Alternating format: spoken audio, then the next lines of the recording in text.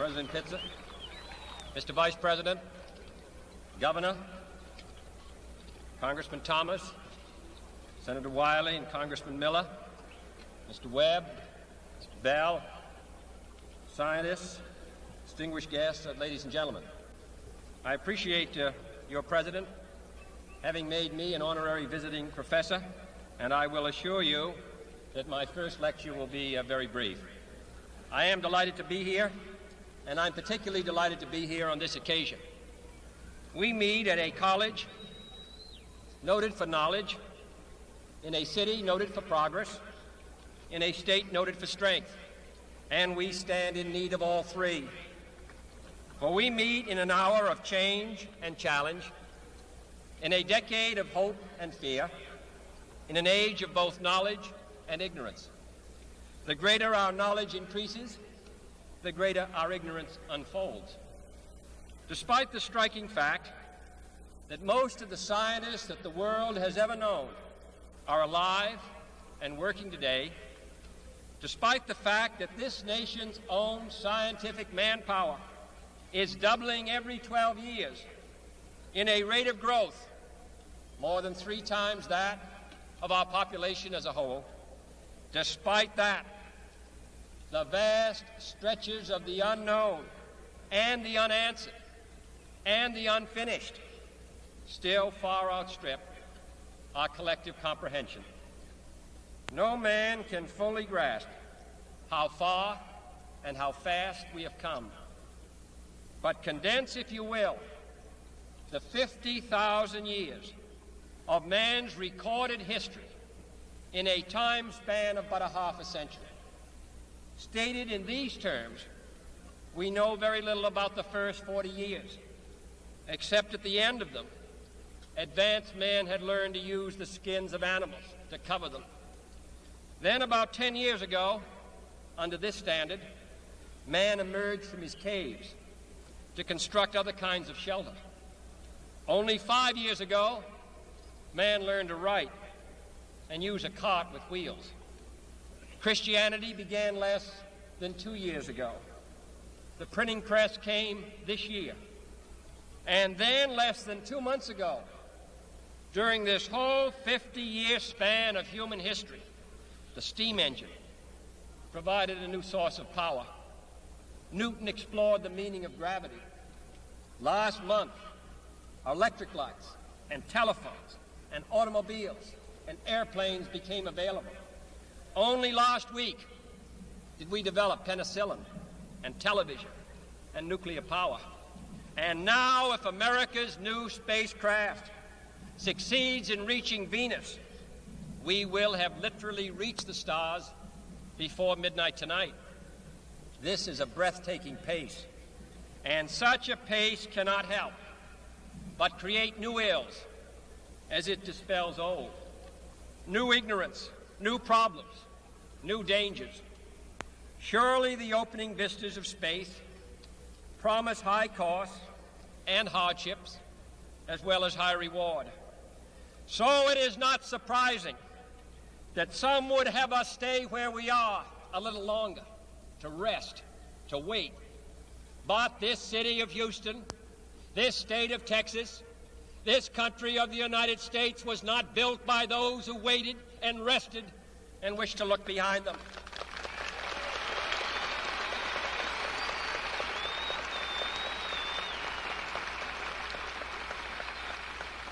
This country was conquered by those who move forward, and so will space.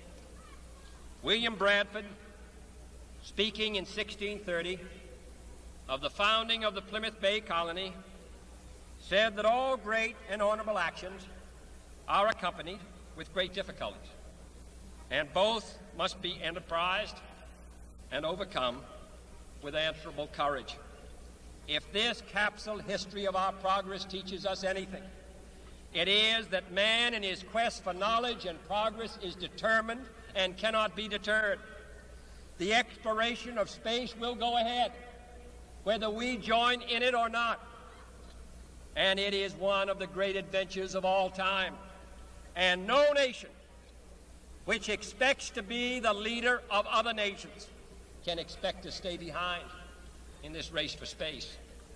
Those who came before us made certain that this country rode the first waves of the Industrial Revolution, the first waves of modern invention, and the first wave of nuclear power.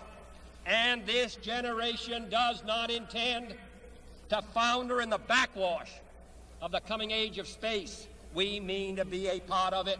We mean to lead it.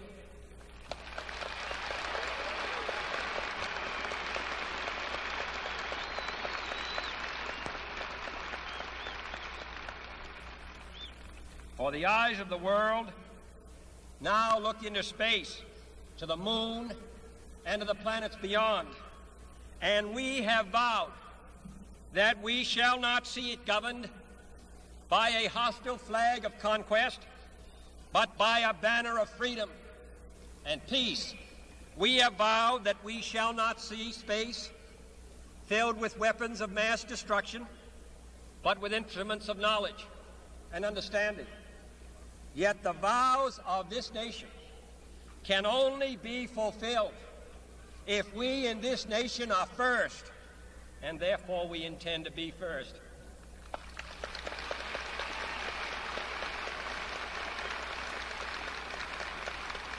In short, our leadership in science and industry, our hopes for peace and security, our obligations to ourselves as well as others, all require us to make this effort, to solve these mysteries, to solve them for the good of all men, and to become the world's leading spacefaring nation. We set sail on this new sea because there is new knowledge to be gained and new rights to be won, and they must be won and used for the progress of all people. For space science, like nuclear science and all technology, has no conscience of its own. Whether it will become a force for good or ill depends on man. And only if the United States occupies a position of preeminence can we help decide whether this new ocean will be a sea of peace or a new terrifying theater of war. I do not say that we should or will go unprotected against the hostile misuse of space any more than we go unprotected against the hostile use of land or sea.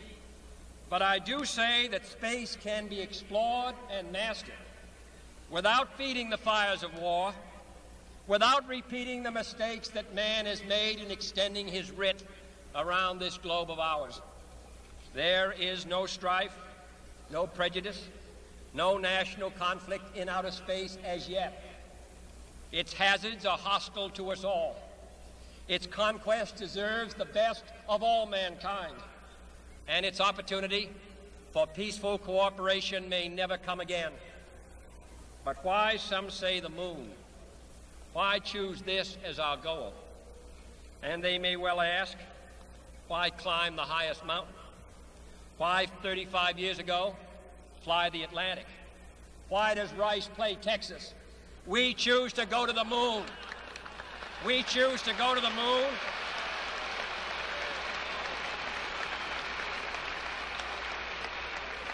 We choose to go to the moon in this decade and do the other things, not because they are easy, but because they are hard. Because that goal will serve to organize and measure the best of our energies and skills. Because that challenge is one that we're willing to accept, one we are unwilling to postpone, and one we intend to win, and the others too. It is for these reasons that I regard the decision last year to shift our efforts in space from low to high gear as among the most important decisions that will be made during my incumbency in the office of the presidency. In the last 24 hours, we have seen facilities now being created for the greatest and most complex exploration in man's history. We have felt the ground shake and the air shattered by the testing of a Saturn C-1 booster rocket. many times as powerful as the Atlas which launched John Glenn, generating power equivalents to 10,000 automobiles with their accelerator on the floor. We have seen the site where 5 F-1 rocket engines, each one as powerful as all 8 engines of the Saturn combined, will be clustered together to make the advanced Saturn missile, assembled in a new building to be built at Cape Canaveral, as tall as a 48-story structure, as wide as a city block, and as long as 2 lengths of this field. Within these last 19 months, at least 45 satellites have circled the Earth. Some 40 of them were made in the United States of America, and they were far more sophisticated and supplied far more knowledge to the people of the world than those of the Soviet Union. The Mariner spacecraft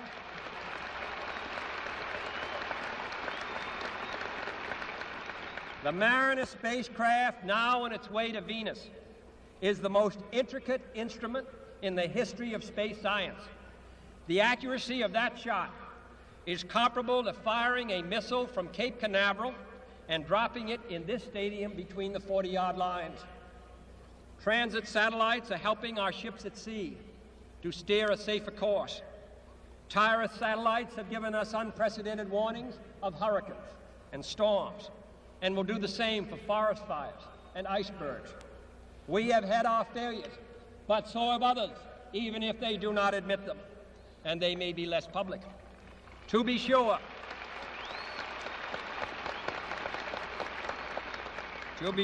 we are behind, and will be behind for some time, in manned flight. But we do not intend to stay behind, and in this decade we shall make up and move ahead.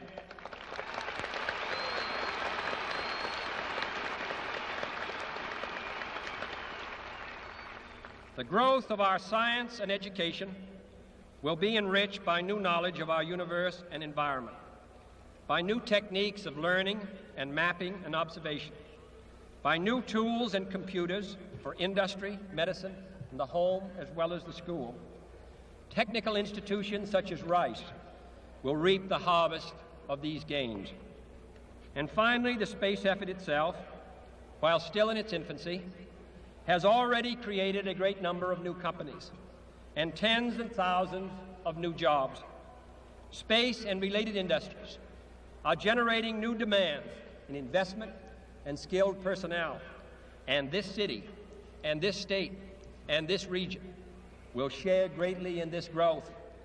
What was once the furthest outpost on the old frontier of the West will be the furthest outpost on the new frontier of science and space. Houston,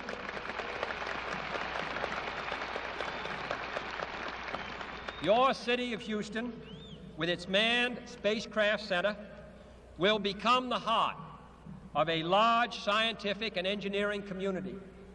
During the next 5 years, the National Aeronautic and Space Administration expects to double the number of scientists and engineers in this area, to increase its outlays for salaries and expenses to $60 million a year, to invest some $200 million in plant and laboratory facilities, and to direct or contract for new space efforts over $1 billion from this center in this city. To be sure, all this costs us all a good deal of money. This year's space budget is 3 times what it was in January 1961, and it is greater than the space budget of the previous 8 years combined. That budget now stands at $5.4 billion a year, a staggering sum, though somewhat less than we pay for cigarettes and cigars every year. Space expenditures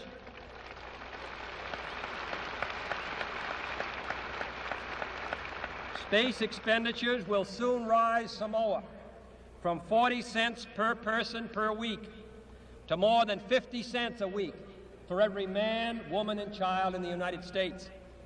For we have given this program a high national priority, even though I realize that this is, in some measure, an act of faith and vision. for we do not now know what benefits await us. But if I were to say, my fellow citizens, that we shall send to the moon 240,000 miles away from the control station in Houston, a giant rocket more than 300 feet tall, the length of this football field, made of new metal alloys, some of which have not yet been invented, capable of standing heat and stresses several times more than have ever been experienced, fitted together with a precision better than the finest watch, carrying all the equipment needed for propulsion, guidance, control, communications, food, and survival, on an untried mission to an unknown celestial body, and then return it safely to Earth, re-entering the atmosphere at speeds of over 25,000 miles per hour, causing heat about half that on the temperature of the sun, almost as hot as it is here today, and do all this, and do it right, and do it first before this decade is out, then we must be bold.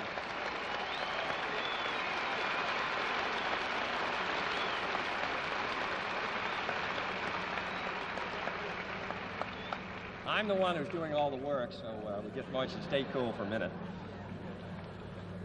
However, I think we're going to do it. And I think that we must pay what needs to be paid. I don't think we ought to waste any money, but I think we ought to do the job. And this will be done in the decade of the 60s. It may be done while some of you are still here at school at this college and university. It will be done during the terms of office of some of the people who sit here on this platform. But it will be done. And it will be done before the end of this decade. And I am delighted that this university is playing a part in putting a man on the moon as part of a great national effort of the United States of America.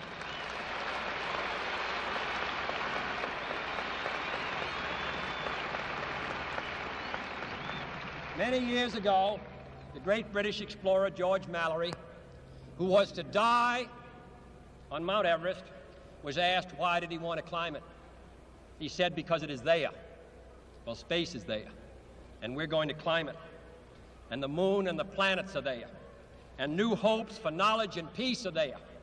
And therefore, as we set sail, we ask God's blessing on the most hazardous and dangerous and greatest adventure on which man has ever embarked. Thank you.